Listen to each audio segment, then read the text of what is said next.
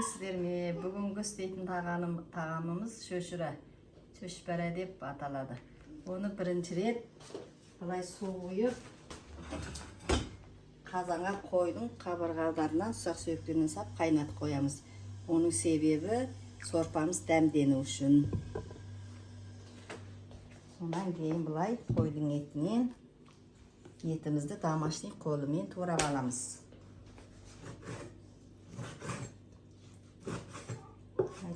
Çukalap турап аламыз да.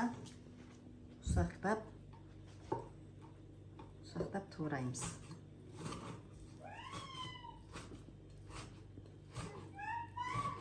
Бұл қолмен тураған дәмді болады. Атты ұмытты неме тураған ол біраз дәмсіз де болады. Қолмен домашний тураған жақсы.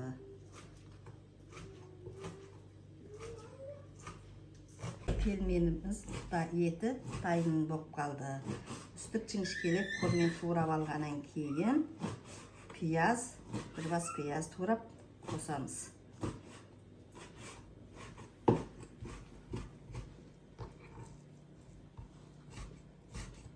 Міне бұлай жіңішкелеп турап, қайта бүкілденен ұсақтап, майдалап турап аламыз. Бұл енді қолмен тураған ет дәмді болады.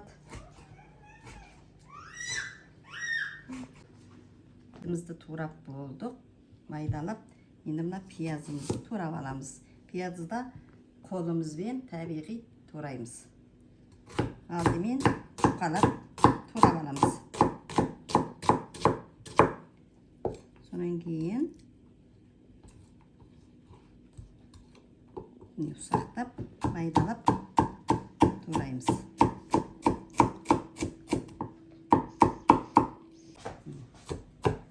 Суын майдалап турап аламыз.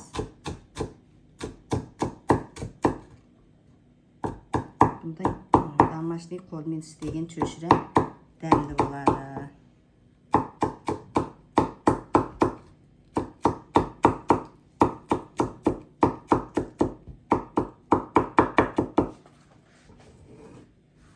Тураған етіміздің үстіне сабаламыз. Майдалап тураламыз пиязымызды. Осылай майдалап туралап, жаңа тураған етіміздің үстіне қосамыз. Тураған етіміздің үстіне салып, сосын араластырып аламыз.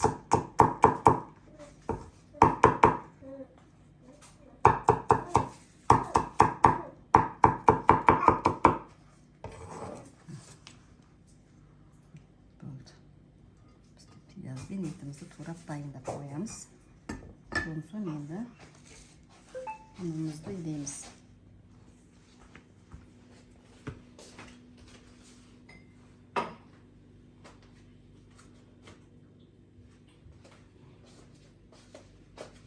Бір чай қасық тұз саламыз суымызға. Оны езіп аламыз да.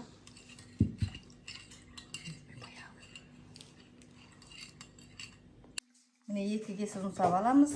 Суымызға тұз құйып сап алдық. Ертіп ап, міне енді ұнымызды илейміз. Бұны өте қатты емес, өте де жұмсақ емес, қалыптығы десек болады.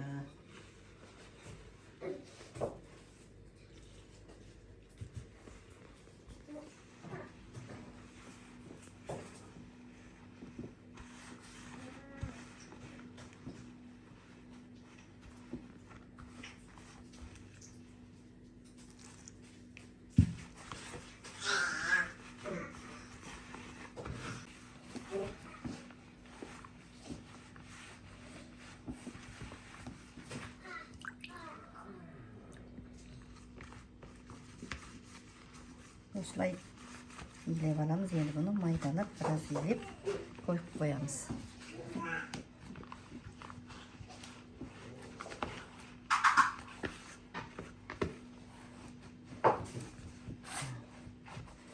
Осыншылық жұмсақтықта болса болды. Өте жұмсақ болса, сорпаға салғанда езіліп кетеді.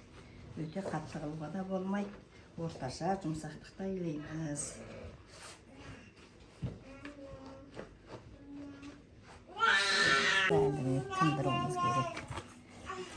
Nemeremde söylep duracağım.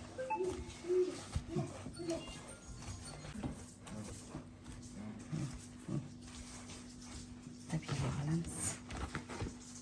Biraz kındırıp koyamız. Yiyip algan unumuzu domalaqtap kındırıp koyamız. Sıvıyalgın orap koyamız. Hazır kaytadan iyileyin tabi.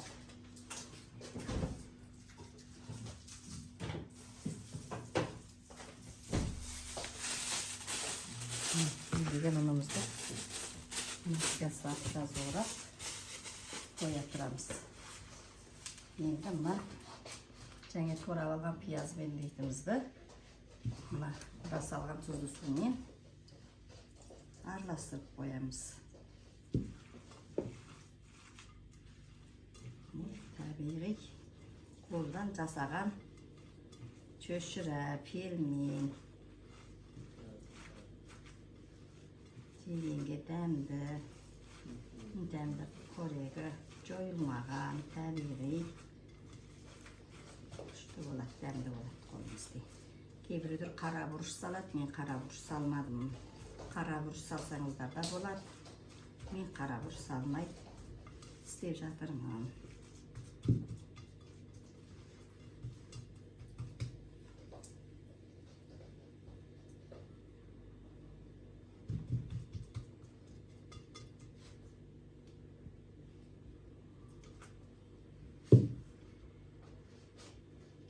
Algan unumuzni endi jaymag'ib jayib olamiz. Aldымен biraz turib jalpaqlab olamiz da so'ng o'qtovmen jayamiz.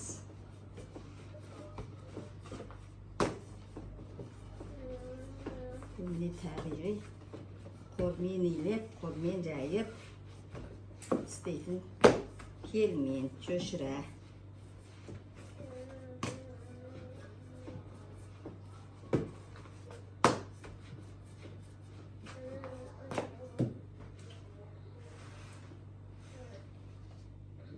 semiyalik tabiiy. Osılay yilib olgan unumuzni o'qtovmen o'sha chuqalab jayib olamiz.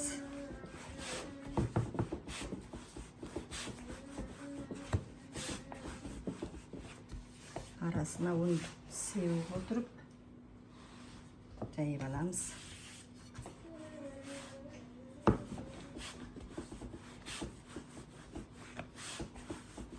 Tegiz qilib jayishimiz kerak. Aytsa bir yeri qalin, bir yeri chuqa bo'lib qolsa, durust pishmay qoladi.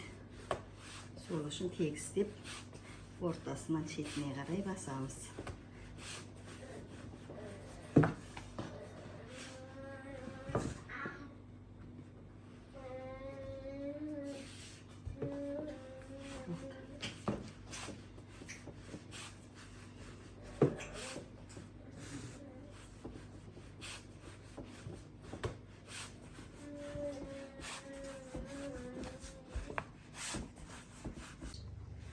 Жаңағы cho'shiramiz pelmenimizning uni bilay chuqalab jayib oldik. Uni bilay qavatlab buklab olamizda 4 burchtab qiyamiz.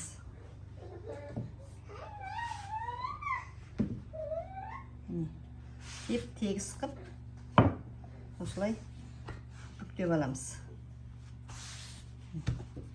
Buklab olgan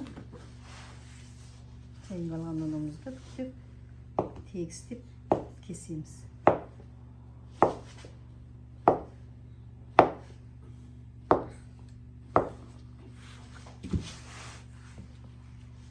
Meni buklab olganimda qaytadan jayib tegiz deb жаңа uzuncha qilib kesib olganimizda bulay birining üstüne birini qabatlab jayib olamiz. Tegiz deb. Birinin üstüne bir tegiz deb jayib olgan unumuzni endi 4 burchtab pelmenni tuyuga tayinlaymiz.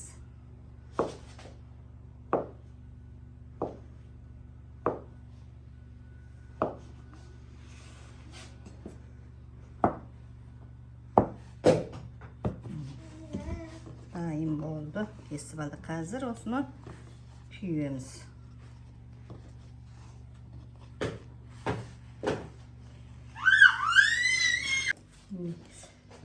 Dayındap жаңа kesip algan pelmenimizдің unun bitip 4-3 деп aldık. Buna dayındap koygan etimizni to'g'rab dayındap alganmiz. Endi bastap sonu tüyüğüm gerek. İçine осылай piyaz aralashgan etimizni sağып alasыздар. Azdап салсаңыздар да болады. So'ng birini bittестиримде biraz жабыспайды. Су құйып. Ун салгап жайгандан кейін biraz жабыспай қалады. Кей жері ол кезде оны су жабып қамырдың арасына былай түйесіздер. Жетініп дейіп су жағып қоясыздар да.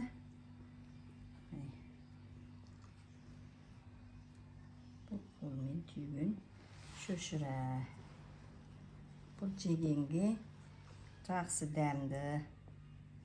Өйткені оны етін, пиязын бәрін қолымызбен ұсақтап турап, қолымызбен ұндайлап шайып алдық. Осылай міне түйеміз. Дайын болайын, тағы да жалғасты айтамын. Қазірше міне осылай түйесіздер. Тана жайып дайындап алған ұнымызбен міне бұлай дайындап алған етімізді жанаған пельменімізді түйіп жатырмыз. Түзіп әдемілеп түйіп аламыз. Қолмен базардікі емес. Табиғи өнім. Қойдың етімен істелген шөшірә, пельмен. Осылай жайып алған ұнды 4-3 деп кескеннен кейін осылай түйіп аламыз. Шөшірәбіз дайын болады қазір.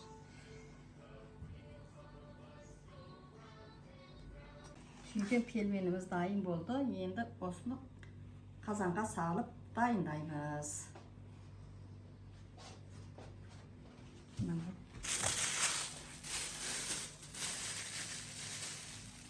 Сап қайнатып қойған қойдың мындай сүйектерін алып аламыз.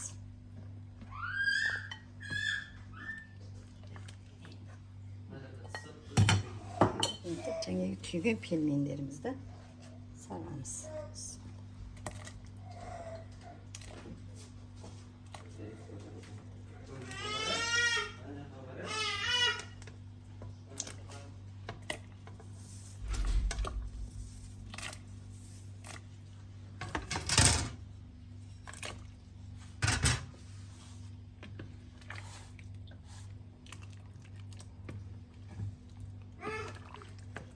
Жауып қоямыз.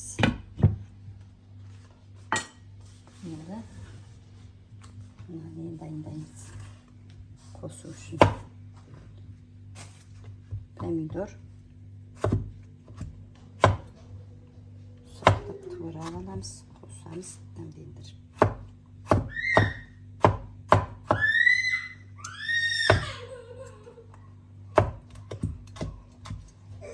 Үстіп сақтап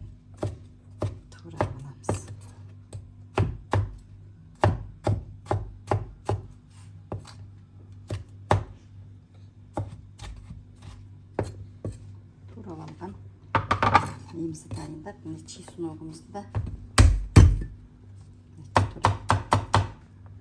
сақтап дайындаймыз.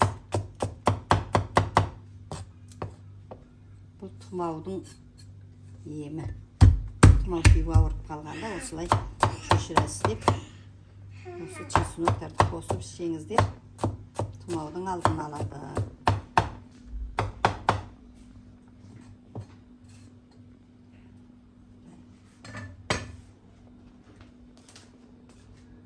Шөшіріміз қайнағаннан кейін дайын болып қайнап жатыр. Соған енді мына жаңа турап алған помидорымызды, чесногымызды саламыз. Салып араластырып қоямыз. Оған не дайындаған мына петровашканы салсаңыздар да болады. Ukkurup salsanız da болады. Özünüz qaysını atsanız sonu salasız. Men petrушка salayın dep turum. Bunаны жеке кесеге құйғаннан кейін өздері үстіне сеуіп ішсе де болады.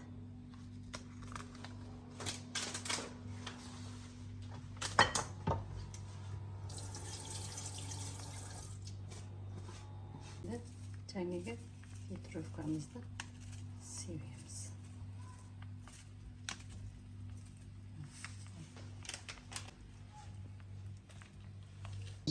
Pelmenimiz dayım oldu. Енді pelmenimizді ішуге dayımбыз. Ас болсын. Ас болсын. Керемет.